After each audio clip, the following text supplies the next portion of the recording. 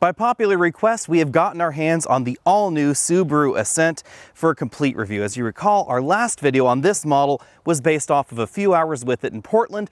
This time, we've had Subaru's all-new three-row crossover for a complete week. In this video, we're going to breeze through our usual points on the Ascent and then dive right into the drive section and, of course, the comparisons, which are the two big reasons that we've borrowed this car for a complete review. I'll also be answering viewer questions that you all posted over at facebook.com/AlexandAutos, and the first of those questions was, why has it taken Subaru so long to make a three-row crossover again? Because, as you recall, Subaru's last three-row crossover was the ill-fated Tribeca. There are a number of different reasons, but one of the most important ones was that Subaru didn't want to build another factory, especially when they knew that one of their factories would suddenly become a lot less occupied. Toyota Motor Corporation owns a small portion of Subaru's parent company, and Toyota and Subaru have worked on joint ventures in the past, like the FRS, BRZ, and of course certain hybrid projects. But one of the less known projects is that Subaru actually built Toyota Camrys for Toyota. Now that agreement came to an end recently, and Subaru was then able to take that factory capacity and make other products with it. So if Subaru had introduced a three-row crossover 5 years ago, then they would be suddenly left with excess plant capacity if they'd built another plant to build three-row crossovers. So that's one of the logical reasons that we now see the Subaru Ascent. The side profile is instantly recognizable as a modern Subaru. We have this long hood up front, and then we have a relatively tall greenhouse in the back, and that's the overall proportion of windows to sheet metal that we find in the body. This overall long hood design is a result of the drivetrain design that we find under the hoods. In terms of overall length, the Ascent comes in at 196.8 inches long, so you can actually think of this as something of a tweener, because if you're looking at the mid-size three-row crossover category in America, we have smaller entries like the Pilot, the Highlander, and the Acadia, and then we have larger entries like the Explorer, the Pathfinder, and the CX-9, and the Ascent slots right between those two subcategories. The relatively conservative looks continue out back, where we find combination tail lamp modules.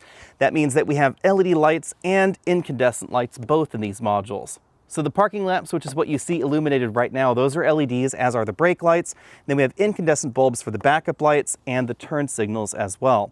We have dual exhaust tips on the bottom, well-integrated parking sensors, and behind this panel you can get an available tow hitch receiver. Shoppers are telling manufacturers that active safety systems are more and more important, especially in family-focused segments like the three-row crossover segment. And that's why Subaru has included their latest EyeSight safety system standard on all trims. That's sort of like what we see in the Toyota Highlander and in the Honda Pilot, but different than most of the competition, which doesn't offer these same safety systems standard. Now, EyeSight works a little bit differently than the competition, because behind the windscreen we don't find a radar sensor. Instead, we find a twin camera setup. So one camera is over here on this side, and then the other camera is over there on the driver's side. The stereo camera system gives the Ascent depth perception, much like humans have, and that's how this car knows how far away that car in front of you is. Even though the sensors are different, we get basically the same functionality that we find in the competitive active safety systems: lane keeping assistance, autonomous braking, adaptive cruise control, etc. Under the hood, we have kind of an interesting blend of things going on. The overall thematic layout of this engine and transmission is sort of Porsche meets modern Audi. In an Audi A4, A5, A6, A7, A8, we have a front differential and a transmission that are integrated into one case, and that's exactly what we see in modern Subaru models. That's why the entire engine is pushed out in front of the front axle, which is right about there in the vehicle, very much like those modern Audi models. But this still has a longitudinal engine orientation, north-south in the vehicle, and a rear-wheel drive style transmission, which is actually located somewhere around there in the vehicle, not entirely under the hood like we'd find in a Pilot or a Highlander. Also, like some modern Audi models, but not all of them, this vehicle is going to try and send most of the engine power to the front wheels and then send power to the rear wheels when the front wheels slip. And that's in order to help improve fuel economy. This particular engine is a new engine design for Subaru. It produces 260 horsepower and 277 pound-feet of torque out of 2.4 liters and a turbocharger. They put the intercooler right there on top. That's what you're seeing there. And this duct right here from the front of the vehicle is what cools the intercooler. Some of you on Facebook were asking if this leads to increased heat soak versus designs where the intercooler was on the front of the vehicle and could be cooled by the engine fan while you're idling. Theoretically, yes, but it's not going to be too big of a difference in a crossover like this. Sending power to all four wheels is a standard continuously variable transmission. That's what helps the Ascent get 22 to 23 miles per gallon combined, depending on which trim you're driving. The model that we're driving right here is EPA rated for 22. Back to some Facebook questions. The first one you guys had was about towing. Towing comes in at 5,000 pounds in the Ascent. That's pretty comparable to other three-row crossovers in America. But very much like the Nissan Pathfinder and other crossovers that use a CVT instead of a stepped automatic, towing is going to be a little bit unusual in the Ascent. The biggest difference is going to be when you start off, especially if you're going to be starting off on an incline and then are going to hill climb. The initial starting ratio is not quite as aggressive as some of the competition, especially like the Honda Pilot with its 9-speed automatic transmission. The next question was overall ground clearance. At 8.7 inches, this is quite high off the ground for this segment. When talking about off-road traction, or more importantly, inclement weather traction, it's very, very critical to remember that tires play a huge role. And the tires will have a much bigger impact than these slight variances between the off-road capability in terms of the all-wheel drive design between this and a Highlander and a Pilot, etc. When it comes to front seat comfort, I'm going to give this model 9 out of 10 points. We have an extending thigh cushion, which is a touch that I really appreciate, but we don't have a 4-way adjustable lumbar support. I find the overall design of these seats to be very comfortable overall. You really kind of sink into these seats, and there's a decent amount of back support, which I appreciate. Thanks to its overall size, we find a little bit more room on the inside than some of the smaller entries in this segment, but it is important to remember that the long hood design is not overall as space efficient as some of those other crossovers we see. And that's why we actually find about the same kind of combined legroom, which is first row plus second row plus third row, as the Kia Sorento, even though the overall package is quite a bit shorter on that Kia model. Designing a new car is all about trying to define priorities and trying to balance them out. I think Subaru did a really good job when it comes to overall passenger capacity. We find 40 inches of second row headroom, which is among the most generous in this segment. So even though our model has the optional panoramic moonroof, I still have about an inch or so of headroom left. Legroom is also fairly generous with this front seat all the way back in its tracks. You can see I still have a generous amount of legroom. The floor stamping in the Ascent is also very, very flat, so we don't have a hump in the middle, and that makes it a lot easier to put 8 passengers inside if you need to. Like the Highlander and the Pilot, this is available as a 7 or an 8 passenger crossover. That actually makes us a little bit more flexible than some of those larger crossovers out there, because you won't be able to stick 8 passengers in something like a Dodge Durango or a Nissan Pathfinder. When it comes to child seat accommodations, we had definitely enough room to put 3 of these Graco Classic Ride child seats across the second row. This particular vehicle does have the bench seat second row, not the captain's chairs. And a really nice touch back here is that we have 3 sets of latch anchors for the outboard and the center seat position, which is something that we don't see in all of the competition. Now, rather unfortunately, we don't see a flip and fold second row seat that can move with the child seat latched into place. All we get is one that slides forward and backward like that. This overall design makes it a little bit more difficult for adults to get into the third row if a child seat is in place in the second row than something like a Pathfinder or the Volkswagen Atlas, which do allow the second row seat to collapse in a manner that gives us an awful lot more room to get into the third row. This top part of the seat back in an Atlas would actually go right up there against the front seat, giving you a lot more room into the back. So if I try and get back here, I could squeeze in there if I needed to, but you can see it is definitely more of a squeeze. If you don't have a child seat in place, then moving the seat is a pretty standard affair. We just slide that forward right like that, hop back here, close the door, and then we could pull the second row back into place. When it comes to overall third row scores, remember that combined legroom is very, very important, especially in vehicles like this where the second row slides forward and backward to help you apportion that space a little bit more equitably. So I could actually latch the second row seat into position, for instance, right about there, and I'd have several inches of legroom left. Compared to something like a Highlander or a Pilot, we actually find about 2 inches more legroom in the Ascent, and only about 1 inch less legroom than in something like a Ford Explorer, which is really one of the larger and more accommodating crossovers on the inside. Like the other 8-passenger 3-row crossovers in America, Subaru is trying to stick 3 people across this third row. So this is going to be a lot less comfortable for adults and, of course, larger children as well. It's also worth noting that the center seat belt comes out of the ceiling, which is not my preference. I'd rather have it come out of the seat back itself. Subaru does give us a number of practical touches back here, however. We have a ton of cup holders. We have 2 on this side, 3 on the other side. One of them is a juice box holder. We have some USB charge-only ports over there on the side, speakers in the back. And although the plastics are harder than we find in the second row, third row passengers still get air vents right there in the ceiling. In our model, we find controls for the third climate control zone right there on the back of the center console for the rear seats. And then we have some USB charge-only ports down there at the bottom. Because our model does not have the built-in inverter, we just get a little blank over there on the left. The rear sunshades are another practical touch in our trim. They're well integrated there into the door, so you don't have to have any stick-on ones on the window. Behind the hatch, we find 17.8 cubic feet of cargo capacity behind the third row. That puts this again sort of in a tweener position, behind something like the Ford Explorer, which has 21 cubic feet, but notably above something like a Kia Sorento with 11.3 cubic feet. Like most three-row crossovers, the Ascent is destined to spend most of its life with the third row folded. And if you do that, then in our bag score, we go from 4 bags on up to 10 bags, because this cargo area is very, very square. And that's exactly how we were able to get such a high roller bag score even behind that third row seat. Although the cargo area is a little bit smaller back here behind the third row than the Explorer or the Atlas, we were actually able to fit the same number of 24-inch roller bags back here just due to the overall shape of the area, not necessarily its size. As we see in most three-row crossovers, there's some additional storage space right here under the cargo area load floor, but unlike most three-row crossovers, this contains a place for you to put the roller cover in the vehicle. And then we have the spare tire completely under this area, so it doesn't take up any cargo area in the back. As we look around the interior, keep in mind that we are in the limited trim.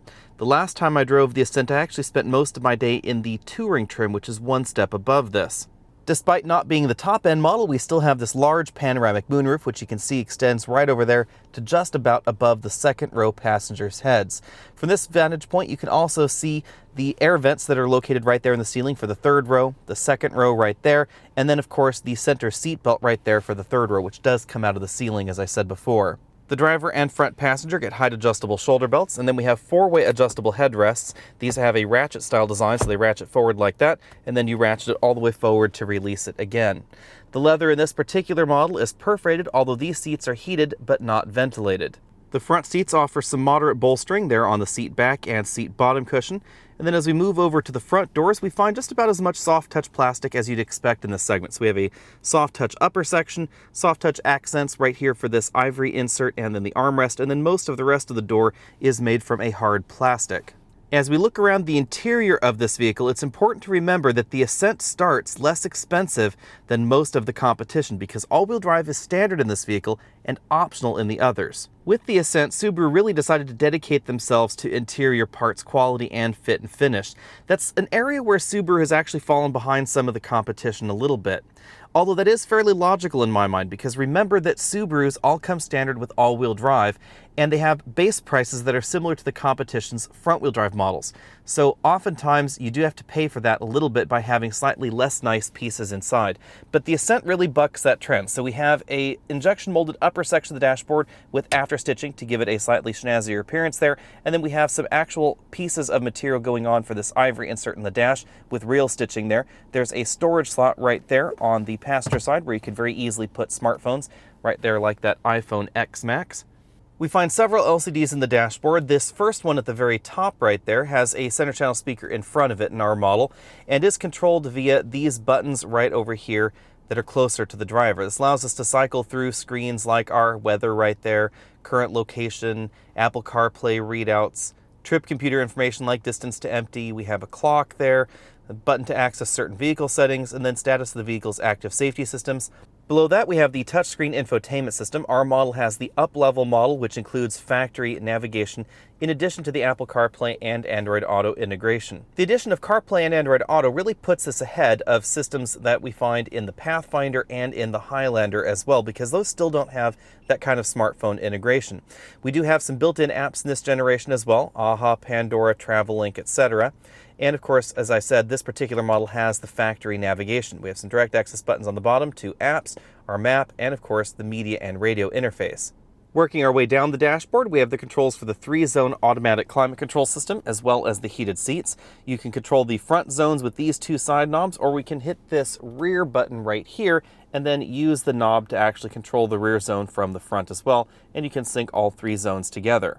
If I move the shifter out of the way, this is where we find the X mode button, the automatic brake hold button, 2 USB inputs that integrate with that Starlink system, auxiliary input right there, and then we have a storage cubby right here that is just about big enough to fit some of those larger smartphones. Back there we also find a 12-volt power port.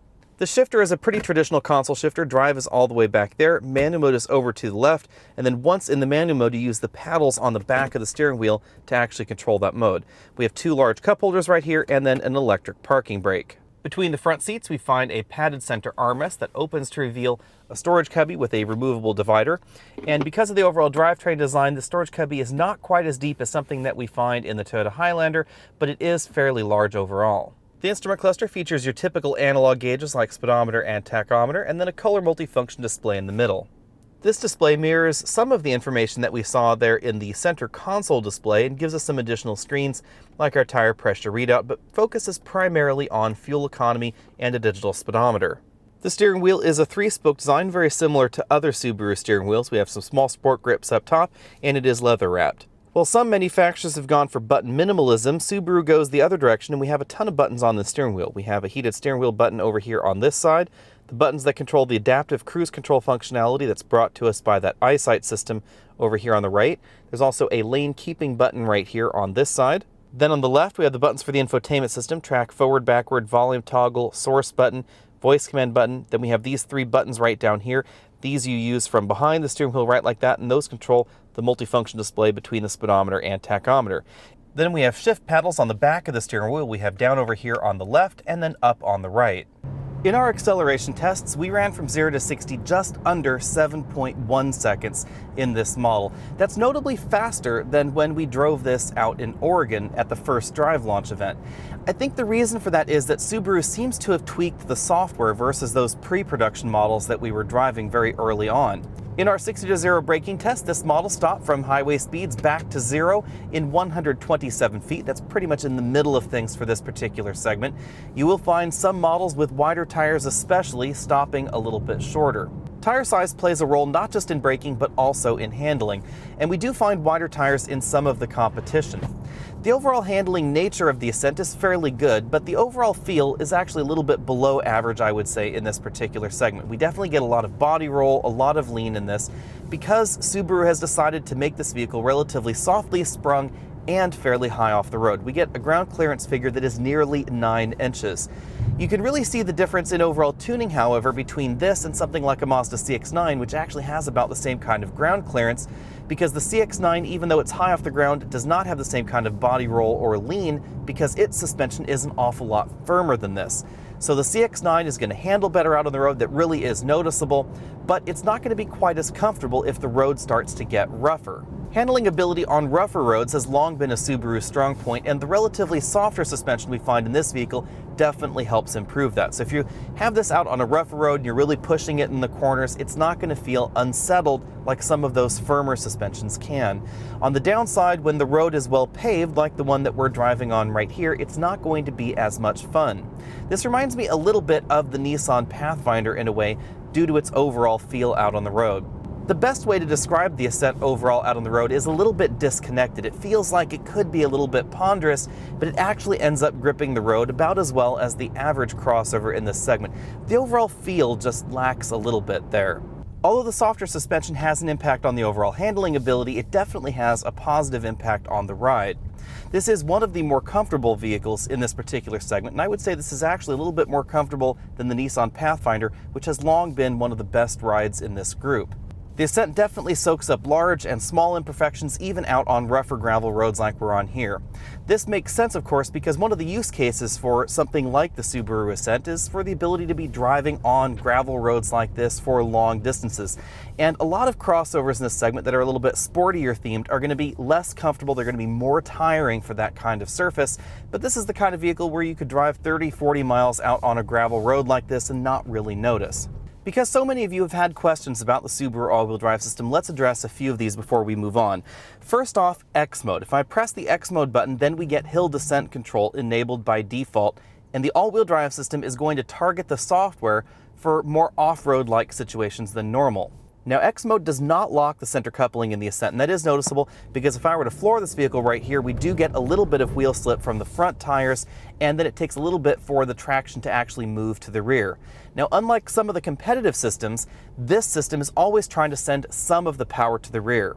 And that's why Subarus tend to feel a little bit more sure-footed in snowy situations when they're just in the regular default drive mode, because some of the competitors will send most of the power or all of the power to the front until they're asleep, then they'll send it to the back, and it's a little bit different in the Subaru. But that doesn't necessarily mean that the Subaru is going to be as capable as something that can lock that center coupling when the going gets really sticky. The overall design of this system makes a lot of sense from Subaru's standpoint because it does help improve overall fuel economy by keeping most of the power to the front until it's needed out back. You definitely improve your economy numbers.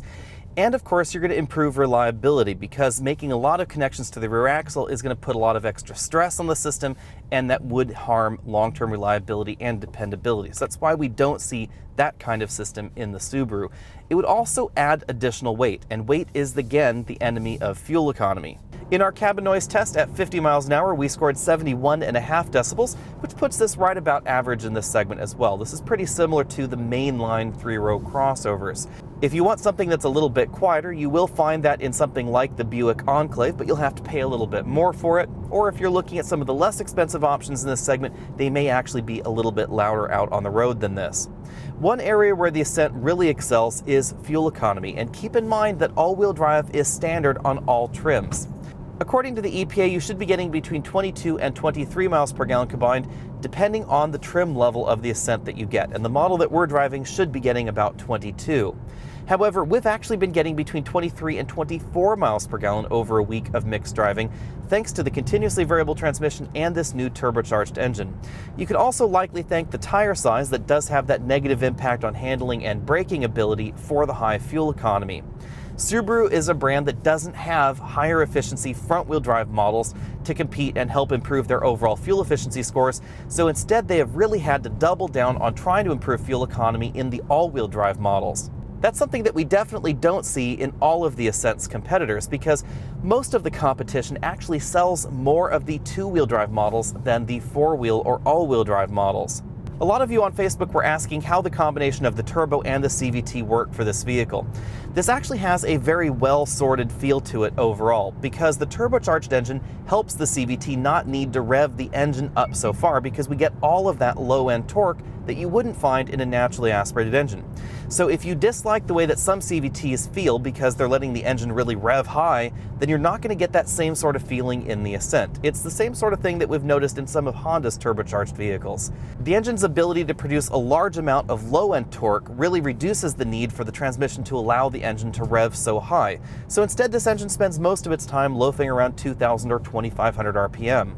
When it comes to value, Subarus generally do well, and the Ascent is no different here. It starts at $31,995, which is in the same neighborhood that many of its competitors start. However, remember that we get that turbocharged engine and all-wheel drive standard. We also get their EyeSight active safety system, which compares very well with the Toyota Safety Sense Plus package, as well as the Honda sensing system that we see in the Highlander and the Pilot, respectively. We get those 18-inch alloy wheels, 245 with tires, auto brake hold, Apple CarPlay and Android Auto support, 6-speaker audio, XM radio, and the 3-zone automatic climate control system. As you work your way on up from there to the top-end touring trim, which ends up at around $45,000, you start adding some of the options that you saw in the model that we were driving. We were driving the limited trim this week with the optional panoramic moonroof. The number of seats inside the Ascent changes as you move your way on up the scale. The base model is available only as an 8-passenger vehicle. The top-end touring trim is available only as a 7-passenger vehicle. Limited and premium, depending on the options you choose, can be had as either 7 or 8 passengers. You'll notice on the limited side that the 7 and 8 passenger options are the same price, but they're a little bit different on the premium trim. That's because on the premium trim, in order to get the 7-passenger version, you do have to add a particular package that includes things like the powered liftgate. If you were to add that same package to the 8-passenger version, they would actually be the same price. Our first competitor is the 2019 Toyota Highlander, starting at $31,330. On the surface of things, that looks like it's a few $100s less expensive than the Ascent, but keep in mind that all-wheel drive is not standard on the Highlander, Nor is the V6. You actually get their older 4-cylinder engine and the older transmission as well. If you wanted the V6, which would give you similar acceleration to the Ascent and all-wheel drive, then you'll actually end up several $1,000s more expensive at $34,740. Although the limited and touring trims of the Ascent are not quite as good of a deal as the base trim, they still compare very well to the upper-end trims of the Highlander. First off, they're newer, so they definitely feel fresher on the inside than the Toyota. They also get better fuel economy, and I think they're a little bit more comfortable all the way around. But especially in the third row, the Ascent is more comfortable than the Highlander. We also get a larger and more accommodating cargo area in the back. Next up, we have the Honda Pilot, which was refreshed for 2019. 2019 was mainly a looks change for the Pilot. It didn't really change too much substantively. For the Pilot, that's not too big of a deal because it was already one of the better handling mainstream options, thanks to the available torque vectoring rear axle. Basically, Honda is using the Acura super handling all-wheel drive system in the Pilot, but they're calling it something different. That active torque vectoring system not only helps improve on-road handling ability, it also helps improve off-road traction because the rear axle effectively functions as a limited slip or locking differential depending on exactly the terrain that you're on. Value is a little bit better on the Pilot than the Highlander because the V6 is standard, as is the active safety package. But you have to get the controversial 9-speed automatic transmission if you want to get the acceleration times that we've quoted here at Alex & Autos. The 9-speed is not as smooth as the 6-speed, but it is a whole lot faster. And if you get the base trims with the 6-speed, it actually is likely going to be slower 0 to 60 than the Ascent. A base all-wheel drive Pilot is about $33,500, which is not too bad, but still more than the Subaru, so the value proposition is still definitely there on the Ascent. Next up, we have the 2019 Kia Sorento, also lightly refreshed for the 2019 model year. The Sorento has been a long-time favorite here at Alex & Autos because it packages a very spacious interior into a package overall that's easier to park because it is a little smaller on the outside, even though on the inside it has about the same room as the Highlander. Due to its overall design, the Sorento handles better. It also feels a little bit better put together in terms of overall handling than the Subaru Ascent, but you definitely give up fuel economy. Although the EPA numbers in the Sorento would indicate it's similar to the Ascent, it actually will get you lower fuel economy in real-world driving. If you're looking for one of the less expensive entries in this segment, one of the more reliable entries, or one of the entries with the longest standard warranty, that would be the Kia Sorento. It actually starts at just under $26,000, which is notably less than the Subaru. But you have to remember that's not going to get you the same performance, the same kind of features that we find in the Subaru. You'll actually be getting the older 2.4-liter 4-cylinder engine. If you want the V6 and all-wheel drive, guess what? You're going to end up right around the same price as the Pilot or the Highlander at $33,090. The Sorento is one of the few entries in this segment that offers a commandable lock to its center coupling. If you engage that lock, in some situations with comparable tires, it will be more capable off-road than the Subaru because the Subaru doesn't have that ability even with the X mode function. But as I said earlier in this video, remember that tires play a huge role in this, and depending on the tires you have in the vehicle, one or the other could be more capable off-road, in snow, etc. Last up, we have the crossover that's been my top family pick for a while, the all-new Volkswagen Atlas. It was completely new for 2018, and for 2019, Volkswagen has uncharacteristically gone back and tweaked a few things to help improve the value. Most notably, they've included some of their active safety features now standard for the 2019 model year, and those were things that were lacking on the 2018 model year. You won't find adaptive cruise control in the base model, and you won't find a V6 either. But we do find a 2-liter turbocharged engine, blind spot monitoring, automatic emergency braking, rear traffic alert, auto wipers, and auto headlamps as well. If you don't need all-wheel drive, you'll find all of that for just under $31,000. But if you do want all-wheel drive and the V6, then you're going to have to bump up to $34,095. The base all-wheel drive price tag is again notably more than the base Ascent, but we get a little bit more standard feature content in the Volkswagen and we get a much bigger vehicle. That is one of the big things to remember about the Atlas. It is quite a bit larger. The cargo area is larger and I think more practical than what we find in the Ascent. It's one of those things you get for that rear area. And we get a more practical, family-friendly interior. The second row bench can have 3 child seats latched into place and still tilt and slide forward to allow easy entry into the third row, even for larger people or adults.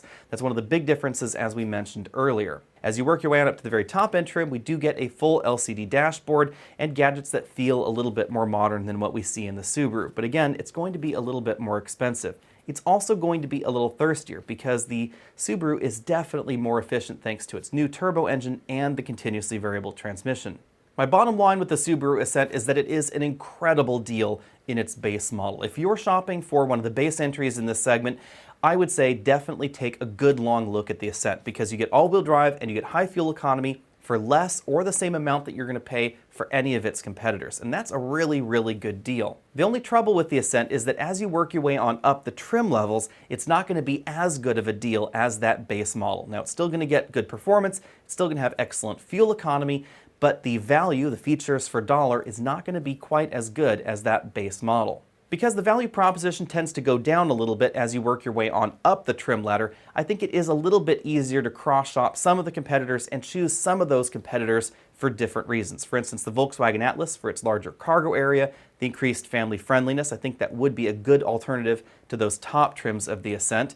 If you were looking for a hybrid, then a hybrid version of the Highlander might be a good alternative, again, to those top-end trims. If you're looking for better handling, then a Honda Pilot, again, would be a good competitor in that instance. Now, I don't think that there's any reason to cross those upper-end trims of the Ascent off your shopping list. It's just worth noting that as you work your way on up to those upper-end trims, the incredible value proposition that we find in the base model definitely becomes muted. Let me know what you think about that down there in the comment section below. Let me know which you would pick if you're shopping for a base vehicle in this segment, right around $30,000, $31,000, and let me know what you would get if you had $45,000 to spend on your next midsize crossover.